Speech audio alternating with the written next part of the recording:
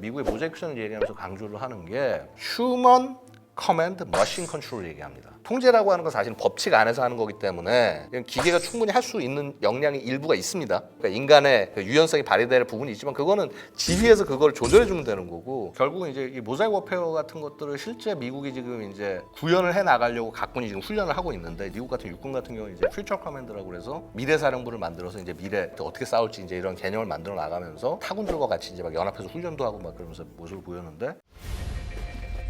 As the Army looks to the future, one thing is certain. A combined joint force operating across all domains, air, land, sea, space, and cyberspace, is essential for our national security. 최근 훈련 중에 이 모자이크전적인 요소를 가진 훈련들이 많이 있습니다. 이 모자이크전은 기본적으로는 어떠냐면요, 규모가 작아진 전투의 모습이 좀 일부는 있을 수밖에 없다. 모자이크라는 그런 조각조각들이 서로 연결이 돼가지고서 커다란 시너지를 모으는 거니까.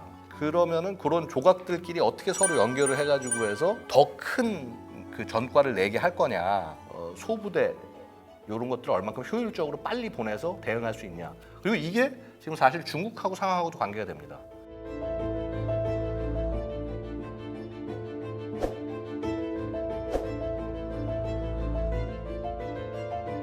미국이 얘기할 때 이 그 분산되는 전투의 형태를 얘기를 해요. 그렇죠? 군사 원칙에서는 말도 안 되는 얘기잖아요. 말도 안 되는 얘기죠. 말도 안 되는 얘기죠, 그렇죠? 선택하고 집중해야지. 얘도 깨부셔도 시원치 않을 판인데 분산이라는 게 말이 되냐? 말이 되는 맥락이 뭐냐면요, 일단 접근하는 단계에서요 부대가 뭉쳐가요.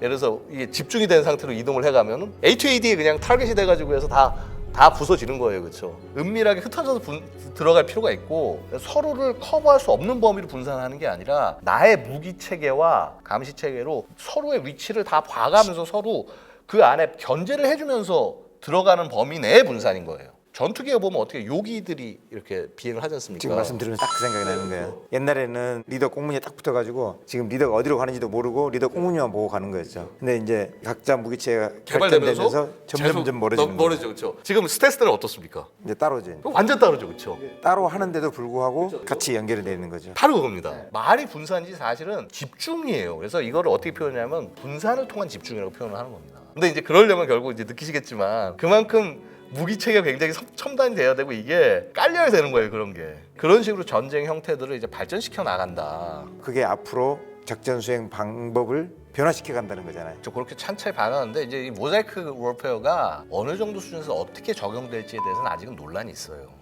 소규모에서 할지, 그렇죠. 이게 아니면 전구 전체로 갈지. 전구 전체로 갈지. 그러니까 상정하는 상황들은 일단은 소규모의 대규모 전쟁이 되기 전에 전쟁의 스펙트럼이라는 게 있잖아요. 우리가 기본적으로 얘기하는 거는 평시, 전시 이렇게 나누잖아요. 근데 사실 이렇게 서로 겹치는 그레이 에리어가 굉장히 많죠. 예를 들어서 지난번에 사드 배치할 때 중국이 막 난리쳤던 거, 이거는 솔직히 총하고 칼만 안 들었지 거의 이 나라를 협박하는 수준이었잖아요, 그렇죠? 이제 한 나라의 역량에 대한 공격입니다, 이건. 러시아나 중국 같은 국가들이 기존의 국제 질서를 자기들에 맞게 바꾸기 위해서 이런 민주주의적인 국가들이 생각하고 있는 전쟁과 평화의 개념, 요 선을 넘어야 전쟁이야. 대부분 국가는 그 전에는 대응을 못 하잖아요. 그거를 활용해가지고 해서 최대한 자신들의 이득을 끌어내려는 거죠. 대표적인 게 바로 크림 사태인 거죠, 그렇죠?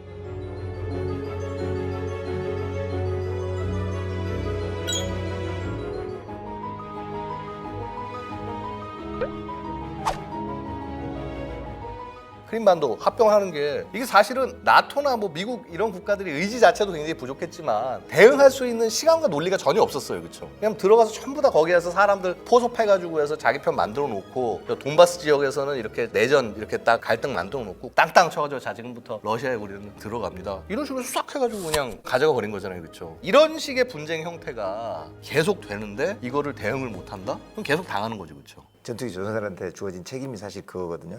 장교로해서 내한테 책임을 지라고 하는 이유 중에 하나가 저희는 그렇게 생각을 하거든요. 올라가서 상황 판단을 했는데 네가 판단하기에 이거는 전투 행위로 들어갈 수 있다라고 판단하면은 내 무장을 발사를 할 수가 있는 거거든요. 그렇죠. 근데 그 결심, 그 시기를 어떻게 하느냐가 사실은 제일 키포인트가 되는 것 같아요. 모자이크에서 굉장히 또 핵심되는 것 중에 하나가 뭐냐면요, 모자이크를 구성을 해서 메워 넣어야 될 거 아니에요. 근데 누가 뭘 메워 넣을지가 되게 사실은 어렵잖아요, 그렇죠? 그거를 거의 즉각적으로 해줘야 돼. 육해공 태스크포스를 만드는데 즉각적으로 만들어줘야 돼. 이게 지금 현재 우리의 군 구조상에서는 상상을 못한 일이잖아요. 그러니까 예를 들어서 이거죠. 날아다니는 전력이 하나 있어요. 여기 지상에 분대가 하나 있어. 본대는 여기 이렇게 되게 멀리 떨어져 있고요, 그렇죠? 자, 그 다음에 적이 여기서 우르르 몰려와. 엄청난 적을 막기 위해서 여기와 여기가 평상시에 준비가 된 태세에 따라서 임무를 함영을 하면은 이제 막 편성해가지고 해서 가가지고 가서 이렇게 싸우고 그다음에 여긴 대응하고 하는 개념인데 그게 아니라 여기서 보니까 쟤도 지금 위치 어딘지 여기서 다 보인단 말이에요. 감지가 가능해. 여기를 태스크를 묶어줘서 야 니들이 여기서 타겟팅하고 그럼 니들이 여기서 무장 투하하고 해가지고 해서 앞에 쓸어버려. 사실 굉장히 효율적으로 이거 안 움직이면서 굉장히 작은 병력 효율적으로 할 수 있잖아요. 그런 것들을 만들어주기 위한 미래의 어떤 지휘 구조 이런 것들도 같이 부대 구조 이런 것들 같이 가야 된다는 거죠. 결국은 또 합동성이라는 이야기가 나오겠네요. 타군의 능력을 이해를 하느냐 못하느냐는 거거든요. 내가 육군에서 군단 단위 병력을 지휘를 했다고 하더라도 예.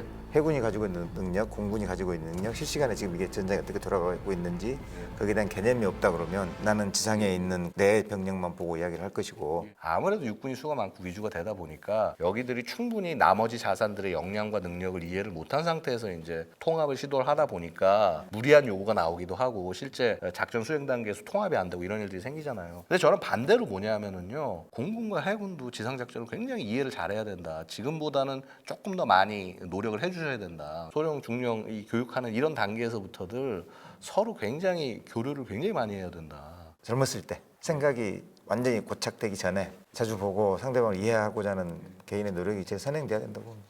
킬체인은 고가치 자산을 이렇게 묶어놓고 그걸로 어떻게 빨리 해보겠다라고 하는 건데 그렇죠. 지금 모자이크전은 자산을 가지고 운용하는 거에 대한 개념인 거예요? 아니면 모자이크전을 위해서 또 별도로 어떤 자산이 필요한 거예요? 중요한 지적이세요. 그래서 모자이크라는 얘기가 되기 위해서는요, 기존에 있는 자산들 자체가 그런 역량이 있어야 되는데 역량도 없는데 모자이크 안 되거든요. 백날 해봐야. 제가 볼 때는 우리 한국군도 상당 부분 각각의 능력은 있어요. 있다고 맞습니다. 봐요. 문제는 이거를 네트워크를 연결해서 결심을 하게 해줄 수 있는 그 능력이 굉장히 부족한 거고, 그래서 그 능력을 어떤 일정한 목표치에서 현재 갖고 있는 능력을 정렬해가지고 현 단계에서 최대한 쓸 수 있는 걸 뽑아내야 되고요. 지금은 이 작전을 수행하는 게 타임 프레임이 예를 들어서 뭐 1시간이다. 그럼 미래는 이걸 뭐 10분으로 줄이자. 이제 그러려면은 뭐 어떤 능력들을 키우고 자산들을 해야 될 거냐. 그런 거를 차분차분 지금 건설해 나가면 되는 거예요. 그런 걸.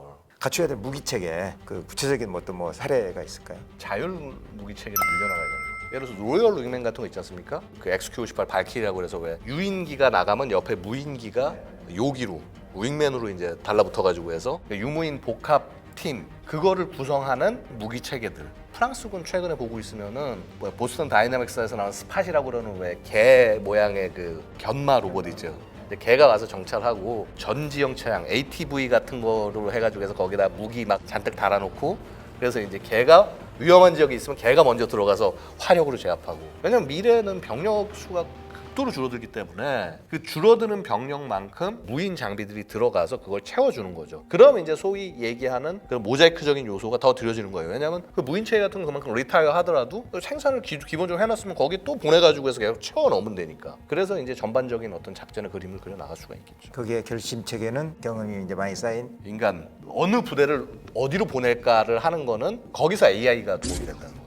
요런 부대들이 이렇게 나가 있는데 그 평상시 이 부대에 있는 데이터가 계속적으로 이제 그 잘 깔린 네트워크 통해서 이제 딱 와서 쫙 부대를 보유하고 있다가 얘를 보내야겠네. 이 부대를 가야겠네. 우리 카카오 택시 딱 했을 때 우리 가장 가까운 근처에 있는 요걸 불러가지고 해서 타고 가잖아요. 이 카카오 택시를 탈지 안 탈지 어디로 부를지 그 역할은 지휘가 하는 거죠, 그렇죠? 아직 뭐 먼 미래라고 생각을 했는데 그게 그렇게 멀지 않은. 근데 지금 이제 문제는 뭐냐면은 제가 되게 걱정되는 거는 제가 이제 좀 전력 연구 요즘 좀 하고 하다 보니까 이게 전력 분야에서 할 수 있는 게 뭐가 없습니다, 많이. 이 전력 사업들이 대부분 한 거의 80% 정도가 이미 다 정해진 게 가는 거잖아요, 그렇죠? 제가 볼 때는 2030년 정도까지는 사업이 뭐 할지가 거의 그림이 그려져 있잖아요. 한숨이 좀 나오는. 예, 한숨 나오시죠, 그렇죠? 예. 기존의 이 그림들을 사실은 필요하다면은 엎을 수 있는 용기도 필요한데 이게 과연 지워질 수 있겠냐. 왜냐하면 기존에 그림 나온 것들도요 굉장히 여러 사람들이 여러 노력을 통해서 나름의 논리를 갖고 그려놓은 거지 않습니까? 사실 이거를 그리고 수정하는 것 자체가 엄청난 결단과 고통이 필요한 과정이고 그렇다고 안 할 수는 없잖아요. 또 머리가 터지는 겁니다. 지금 이걸 어떻게 해야 될까.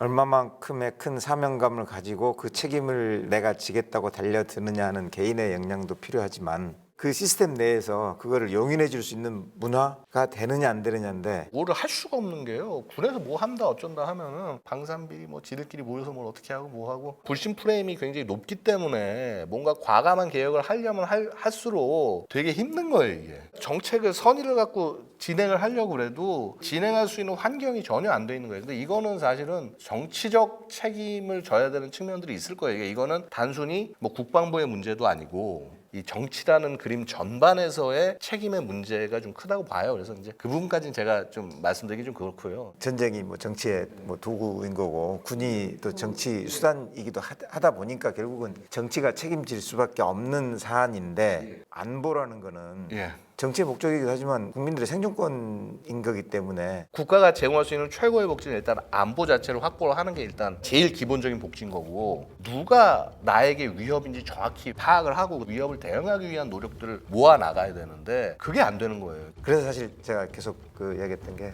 컨트롤 타워 이야기를 하거든요.